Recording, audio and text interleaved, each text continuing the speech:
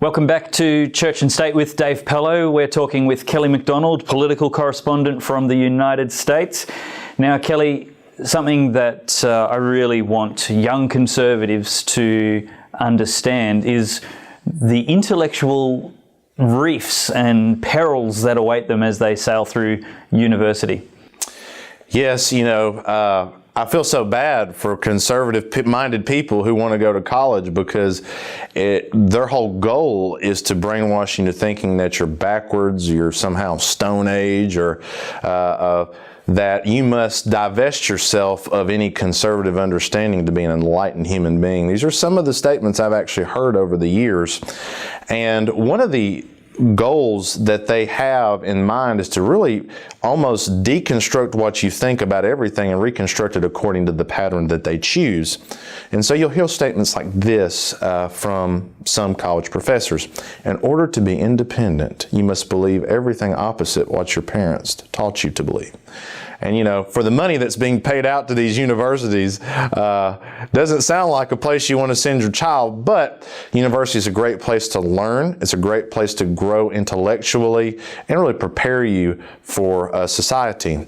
And so I want to encourage people to continue to go to university, but also be aware of where you're going. And one way that you have to recognize the attack of the liberal left in the educational environment is to recognize that they don't really understand how the world works.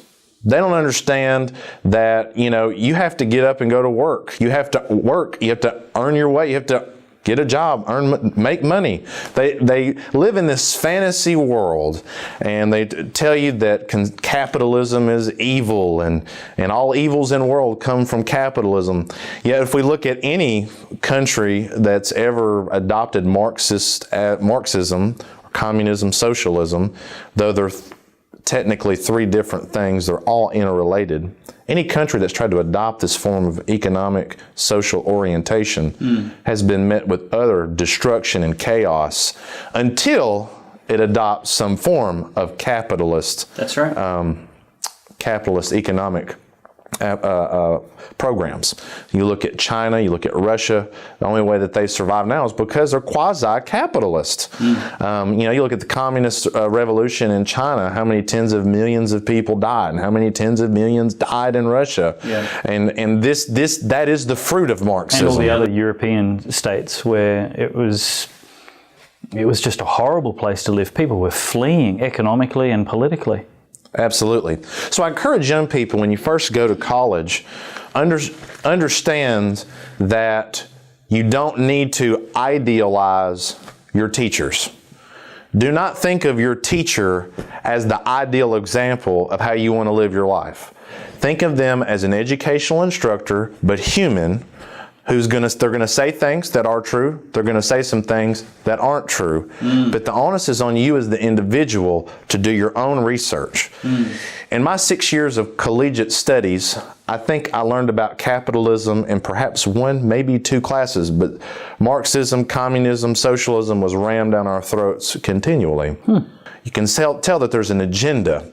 Now, you actually studied political science and sociology in a liberal arts college, so absolutely. You like academia itself is very left biased, but you went to the left of the left of the left. Absolutely. I went so far left I became right. No, they tried their best, but it didn't work on me. So I encourage conservative students, number one, find conservative teachers. And you'll know who the conservative ones are by what they teach. There'll be a bias involved. Number two... You know what you just said, there will be a bias involved. I think it's really disingenuous and intellectually dishonest of people who claim they're objective. Right. I'm a conservative. I'm a Christian. Everything I say will come from that perspective. Absolutely.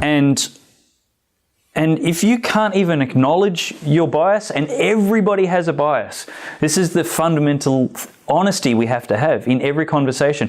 What bias, what worldview, what perspective do you bring to things? And anybody who's claiming they don't have one is probably a leftist. Absolutely, because they want to make the neutral or quote-unquote objective standard their viewpoint. So anything outside of that is viewed as, wrong. Yeah. But I encourage young people to get Frederick Hayek's book, The Road to Serfdom. It's a tremendous book. I encourage young people to go on YouTube and go on the internet and look up videos by William F. Buckley, Thomas Sowell, Ann Coulter. These are people who really think for themselves and have come to very rational conclusions about how socialism, Marxism, communism do not work. And you're not necessarily holding them up as the idealist, the ideal teacher, like you're saying before. Even these people need to be held up as people who can be right and people who can be wrong, and they just need to balance the information that you're getting. Understand that they've got a perspective and a bias, as your lecturers will. Absolutely. And the reason why I bring up those specific ones is their content is so very sound. And also, if you're going to learn about capitalism and conservatism, you're going to have to do it on your own in university, because you're either not going to get taught it, and if you are, you'll be taught a partial or skewed version of capitalism and conservatism. So the onus is on you. You've got to learn to stick up for yourself and bring that in the classroom and challenge your teacher. So have you had any stories you can tell of where a leftist professor has demonstrated a particular intellectual dishonesty or bias? Oh, absolutely. We could be here for a while, but we'll give you two examples. Okay. When I was in junior college, I had a class. It was a philosophical class, and so we talked a lot about philosophical things. There were many discussions, open-ended discussions between the professor and students. One day, the issue of abortion came up, and the professor made the statement that a woman owns her own body, and therefore she has the right to do with it as she wishes. And I raised my hand, and I said, Dr. So-and-so, won't say the name, said, but you don't own your own body. The government owns your body. And what I said was, if I don't pay my taxes, if you don't pay your taxes, what's going to happen to your body? Your body is going to go to jail. I said, if a man is drafted, his body is going to jail, going to war, or his body's leaving the country. One way or the other, you don't own your own body. The government owns your body the moment you enter into a social contract. And oh, she got so mad. Whew, she was foaming at the mouth. And she accused me of undermining everything Dr. Martin Luther King Jr. fought for, which Martin Luther King Jr. didn't fight for abortion. He was pro-life. But see, that's the goal. Paint me as a racist because I take a stand. And I gave her really what I believe to be irrefutable facts to, promote what I was saying. Those arguments need to be engaged at least, and she didn't. She just attacked your character. Yes, she attacked my character, but that's how the left, they fight by emotion, not by fact. That's right. This is something we'll address in the next segment. And an African-American woman in the front raised her hand, and she said, Dr. So-and-so, I ain't never met Martin Luther King Jr., but this boy in the back, he's right. And she cussed and fussed and got her stuff and left the classroom, and we got the lecturer, yes. Yeah. The professor walked out. Because she was frustrated by a logical argument. Yes, absolutely. She had no response to that because, again, they're setting the rules, and if it's not according to the rules, they throw a fit, and it's sad. It was like a child. And Did you go to Berkeley? Did I go to Berkeley? Ooh, geez, I don't know. I wouldn't want to go there. But sounds like something that would happen there, absolutely. Well, we see the tantrum in the streets there. Absolutely. With Molotov cocktails and pepper spray and violence. Absolutely. I had a second instance at my four-year school, and it was as a professor that I had very much respect for, and that I knew that they were very intelligent, but very deceived on certain things. And this teacher was teaching us about Marxism, communism, socialism, though they're three different things, very much interrelated, and made the statement that no one could bring arguments that would stand for more than 5 minutes against these political theories. Sounds like a challenge. Sounded like a challenge, and I'm a person that likes challenges. So I accepted the challenge. That's very brave of a student to challenge his professor to a debate. Absolutely, and it was because I knew the content was wrong, and if I looked at the individual and I did like the individual, I might have thought nothing of it and thought, who cares? But because I knew the content was wrong, and the goal of college is to educate content and ways of thinking, this was a very flawed way of thinking, and so I brought 5 arguments, and at the end of an hour and 15 minutes, we were only through number 3. Oh wow! And so, as you can imagine, did he concede at all?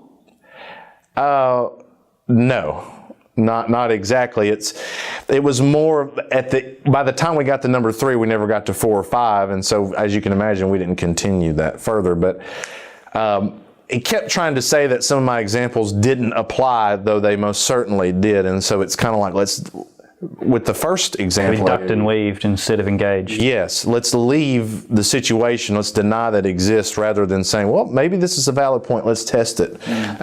Because again, the left operates by emotion, not by fact. Yeah.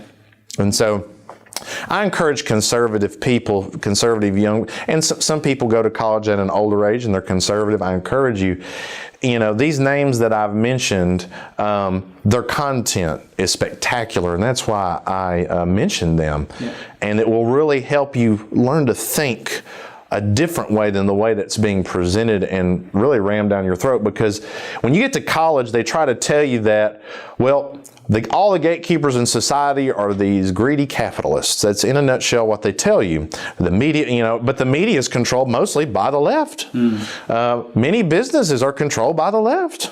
And so the problem is they're creating the straw man, and they spend your whole college career training you to fight the straw man. Perfect example of what you've just said about the left controlling media and business is social media. Absolutely. Twitter, Facebook, YouTube, Instagram. They're absolutely dominated by leftists, and they censor heavily. They don't mind allowing pro-terrorist ideologies to proliferate on their platforms. But if you're a conservative, if you're pro-life, if you're pro-marriage, you'd better watch your words very carefully, because they will shut you down with the power of big business and media. Absolutely. They control, they are the gatekeepers. Let's actually talk more about that in the next segment. Absolutely. About the strategies that the left employ to win the debate without actually engaging the debate. Thanks for watching. If you really enjoyed that video, please give it a thumbs up and subscribe to my channel. Have a look at this great video next, and check out the website for even more interesting articles and episodes later.